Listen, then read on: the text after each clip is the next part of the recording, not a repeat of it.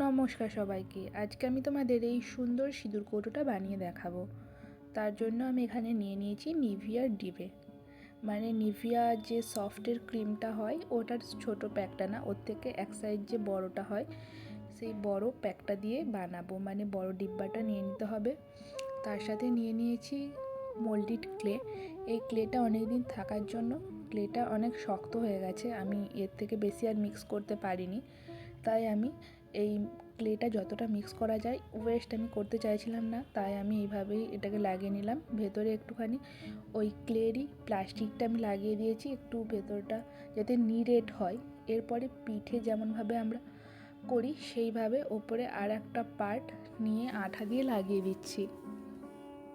এরপরে আরও একটু ক্লে মেখে নিচ্ছি। এই ক্লেটাকে ভালো করে বেলে নিচ্ছি, কারণ এটাই আমাদের এই সিঁদুর কৌটোটার আউটার লেয়ারটা হবে। হালকা হাতে এটাকে প্রেস করব এবং হালকা হালকা করে এটার সাথে লাগিয়ে নেবো গায়ের সাথে। তোমরা চাইলে এখানটায় আঠা ইউজ করতে পারো, আমি তাড়াতাড়ি করে আঠাটা দিতে ভুলেই গিয়েছিলাম। আঠা দিলে আরও ভালো মজবুত হবে। এরপরে আমি মাপ করে নিলাম এবং কেটে নিলাম।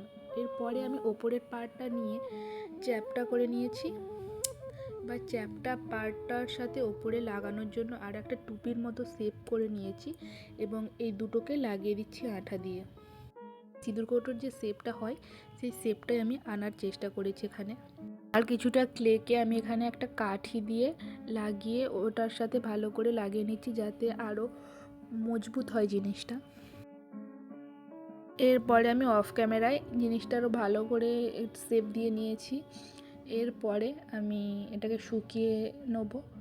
ওপরের পার্টটা, নিচের পার্টটা যাতে অরিজিনাল সিঁদুর কৌটোর মতো হয়, তাই আমি নিচে আর একটা ঢাকনা নিয়ে এটাকে ক্লে আর আঠা দিয়ে লাগিয়ে নিচ্ছি।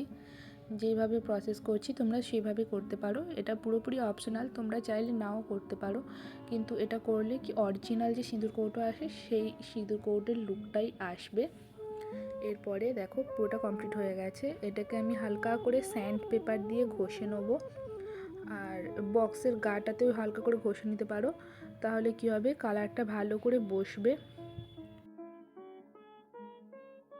এবার ভালো করে এটাকে কালার করে নেওয়ার পালা। কালারটা নিয়েছি আমি রেড কালার, আর তার সাথে হালকা একটু ব্ল্যাক মিশিয়েছি যাতে একটা খয়েরি টাইপের কালার আসে। এবার আমি পুরোটাতে কালার করে নিচ্ছি। কালার করা কমপ্লিট হয়ে গেছে, পুরোটা দেখালাম না। এরপরে আমি নিয়ে নিয়েছি 000 তুলি।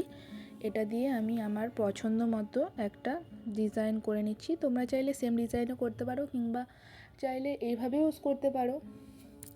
আমি পিন্টারেস্ট থেকে এই ডিজাইনটা পেয়েছি, আর কিছুটা আমি আমার নিজের পছন্দ মতো করেছি ডিজাইনটা। তো এখানে তো আর কিছু বলার নেই, এই যেভাবে দেখতে পাচ্ছ তোমরাও সেমভাবে করতে পারো, কিংবা চাইলে তোমাদের পছন্দ মতো ডিজাইনও করতে পারো। আর একটা কথা বলে রাখি, এই যে আইডিয়াটা এটা কিন্তু আমি একটা ইনস্টাগ্রামে একটা ভাইরাল রিলস দেখে আমার আইডিয়াটা এসেছে, সেটা দেখেই আমি কিন্তু ইন্সপায়ার হয়ে এই ভিডিওটা বানাচ্ছি। এটা আমার নিজস্ব আইডিয়া না, ঠিক আছে। এখানে আমি কিছু পদ্ম মোটিভ করে নিচ্ছি। তোমরা চাইলে ভিডিওর এই পার্টটা স্কিপ করে যেতে পারো, মানে ডিজাইন করার পার্টটা। তো দেখতে থাকো।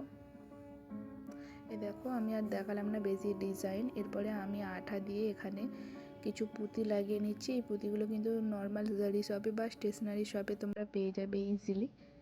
এগুলো হাফ কাট মতি।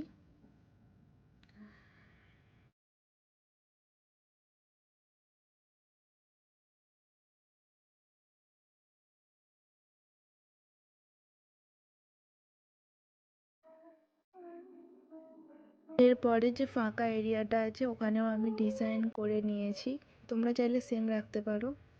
দেখো কতটা সুন্দর লাগছে গাছকৌটোটা, উফ গাছকৌটো না সরি সিঁদুর কৌটোটা।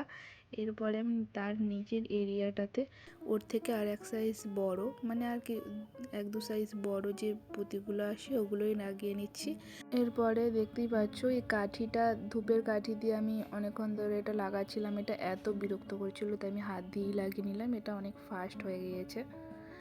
তারপরে দেখো এটাই হলো পুরো কমপ্লিট লুক। তো কেমন লাগছে সেটা কিন্তু কমেন্ট করতে একেবারেই ভুলো না। তো ভালো লাগলে অবশ্যই একটা লাইক করো, আর তোমরা যদি আমার চ্যানেল নতুন হয়ে থাকো তাহলে অবশ্যই সাবস্ক্রাইব করে দাও। আর তার সাথে তোমরা যদি বানাও অবশ্যই কিন্তু আমাকে ট্যাগ করতে ভুলো না।